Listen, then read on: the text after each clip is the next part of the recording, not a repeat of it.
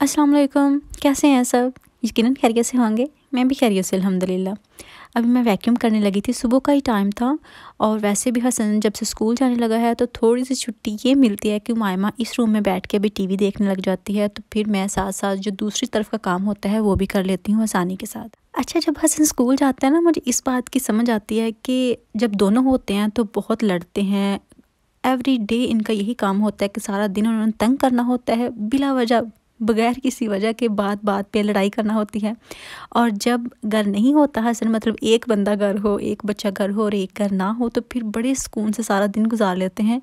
ज़रा तंग नहीं करते, ऐसा फ़ील होने नहीं देते कि घर में कोई बच्चा है। बड़े आराम से अच्छे बीबी बच्चे बन के बैठे होते हैं। क्या आपके साथ भी ऐसा होता है कि बच्चे जब इकट्ठे होते हैं तो तंग करते हैं, और जब इकट्ठे नहीं होते, अलग अलग होते हैं, फिर बड़े आराम से अच्छे बच्चे बन के बैठ जाते हैं? उसके बाद मैंने सारा घर जो है साफ़ सुथरा कर लिया था, वैक्यूम भी कर लिया था, डस्टिंग भी कर ली थी। तो फिर मैंने सोचा कि अपने ज़रा पाँव को भी रिलैक्स कर लिया जाए, क्योंकि मेरे पाँव बहुत ही जल्दी नीचे से थक जाते हैं। क्योंकि मैं कोई चप्पल वगैरह यूज़ नहीं करती कारपेट की वजह से, लेकिन अभी सोच रही हूँ कि चप्पल ले लूँ एक सॉफ्ट सी, क्योंकि जो मेरे पाँव हैं ना वो बहुत ही ज़्यादा थक जाते हैं, स्पेशली हील्स। और वैसे जब ये वाला मौसम आता है ना, थोड़ा सा मिडल वाला, तब मेरे हाथ और पाँव काफ़ी ख़राब हो जाते हैं। अभी हाथ तो मेरे ज़्यादा ही ख़राब हो जाते हैं इस मौसम में, और वैसे भी जब समर होता है तो फिर ज़्यादा ही कुछ ख़राब हो जाते हैं। विंटर में सब ठीक रहता है, लेकिन समर में शायद हम बाहर निकलते हैं, काम करना होता है, इस वजह से भी वो थोड़े ज़्यादा ख़राब हो जाते हैं। तो मैं सोचती हूँ कि समर में ज़्यादा इसकी ज़रा लुक आफ्टर कर लूँ, ताकि ज़्यादा ख़राब ना हो। अगर ज़्यादा ख़राब हो जाए तो फिर उनको ठीक करना में थोड़ा मुश्किल हो जाता है, और वैसे भी आजकल मेरा मुँह ही बड़ा ख़राब हुआ है, तो बाकी मैं किस किस चीज़ को ठीक करूँगी।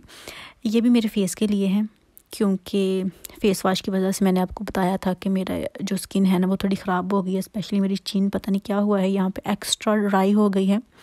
वैसे भी मैं जो फ़ेस वॉश यूज़ कर रही हूँ वो है निप प्लस फैब का, और मुझे नहीं पता उस वजह से हुआ वैसे उस वजह से है, क्योंकि मुझे कुछ सूट नहीं करता यहाँ से। तो क्या करूँ, मुझे समझ भी नहीं आती कि और मैं लूँ कहाँ से। तो उसके लिए फिर हमने डॉक्टर को कॉल की थी, तो और उन्होंने ये चीज़ें जो हैं ये रिकमेंड की थी।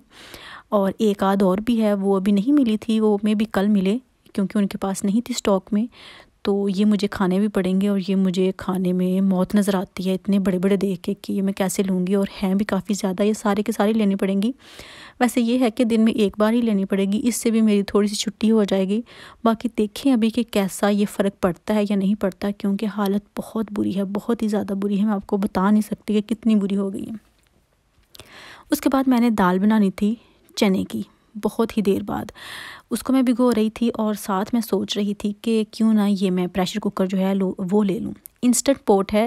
मैंने ये पूछना था, पिक्चर इसलिए साथ दी है कि क्या आप में से जो भी मुझे देख रहे हैं उनके पास ये वाला है, क्योंकि मैं ये लेना चाहती हूँ। और ज़ाहिर सी बात थोड़ा सा एक्सपेंसिव है, और इसलिए मैं ज़रा आपसे भी पूछ रही हूँ कि अगर आप में से किसी के पास है तो उनका कैसा एक्सपीरियंस है, क्योंकि मुझे ये काफ़ी अच्छा लगता है। मैंने कुछ लोगों के पास देखा है जो कि कुकिंग करते हैं यूट्यूब चैनल की वजह से। वैसे मुझे किसी का रियल में नहीं पता कि कैसा है इसका, कैसा नहीं है। तो दिल मेरा बहुत करता है लेने को। और जो दूसरे वाला प्रेशर कुकर है वो मुझे बंद करना नहीं आता, मुझे डर भी लगता है कि कहीं वो फट ही ना जाए, मैं कैसे उसको मैनेज करूँगी। तो इस पे मेरा बहुत दिल है। ये इलेक्ट्रिक है, और वैसे मैं लेना चाहती हूँ, लेकिन अगर आप में से किसी के पास है तो मुझे ज़रूर बताइएगा, नहीं तो फिर मैं तो ले ही लूँगी। लेकिन अगर आप मुझे बता देंगे तो मेरे लिए आसानी हो जाएगी, मैं तसल्ली के साथ ले लूँगी कि चलो ठीक है, कोई इसका मसला नहीं है। मैं अपने लिए भी दाल जो है चने वाली वो भिगो के रखी थी, और फूफा ने भी मुझे भेज दी। फिर मुझे ये हुआ कि ज़रा मैं भी आराम से बैठ गई कि अब मैंने अपनी दाल नहीं बनानी है, मुझे ऑलरेडी दाल आ गई है। तो वो फिर मैंने रख दी थी कि चलो कोई बात नहीं, रात अगर वो भीगी रहेगी तो ज़्यादा जल्दी सुबह रेडी हो जाएगी, इसलिए फिर मैंने उसको नहीं पकाया था, वैसे ही रहने दिया था। और मौज की थी फूफा की दाल पे। फूफा की दाल जो है बहुत ही अच्छी होती है। सिर्फ दाल नहीं, फूफा की सारी जो कुकिंग है ना वो बहुत ही ज़बरदस्त होती है, बहुत मज़े की करते हैं वो, उनके हाथ में बड़ा जायका है। अभी मैं बनाने लगी थी चावल, बहुत दिल कर रहा था मेरे नमकीन चावल खाने को। तो अभी आप देख भी सकते हैं कि पता नहीं क्यों मैं इतने डार्क कर लेती हूँ, मुझे लाइट इतने अच्छे नहीं लगते, लेकिन अभी मैं लाइट की तरफ जाऊँगी, क्योंकि इस तरह से अभी मेरा जो दिल है ना वो जल्दी उकता जाएगा अगर मैं इतने ही डार्क खाती रही तो। और साथ फिर मेरा ये दिल कर रहा था कि नमकीन चावलों के साथ मीठे भी होने चाहिए, लेकिन मीठे चावल मैंने ज़िंदगी में कभी नहीं बनाए।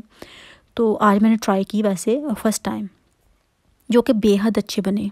फर्स्ट टाइम ट्राई करने पे बेहद अच्छे बने, ये मैं कह सकती हूँ। ये नहीं थे कि सबसे अच्छे बने, लेकिन जो ये कहूँ कि मैंने पहली बार बनाए थे और उस हिसाब से तो वो बहुत ही ज़बरदस्त बने थे। अभी मैं आपको बताती भी हूँ कि मैंने किस तरह से बनाए थे। कोई चीज़ एक्स्ट्रा नहीं ऐड की थी, सिंपल सी थी। लेकिन इस बार जो चावल थे ना वो हमने लिए थे टिल्डा के, जो कि काफ़ी अच्छे हैं। उससे पहले हम यूज़ करते थे हबीब के, लेकिन जो टिल्डा वाले हैं ये मुझे ज़्यादा अच्छे लगे उसकी निस्बत से, क्योंकि ये टूटे नहीं थे, बहुत ही अच्छे थे। अब मैंने पानी लिया है। चावल मैंने लिए थे तकरीबन 1 कप और पानी मैंने 4 कप ऐड किया था। उसको थोड़ा सा जब गर्म हो गया तो उसमें मैंने कलर ऐड कर दिया था येलो।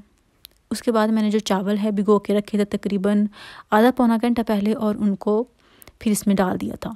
चावल उबलने के बाद तकरीबन मैंने 70% तक उनको बॉईल कर लिया था। वो फिर मैंने ड्रेन कर लिए थे और उसी बर्तन में मैंने देसी घी लिया था, ऑयल नहीं ऐड किया था।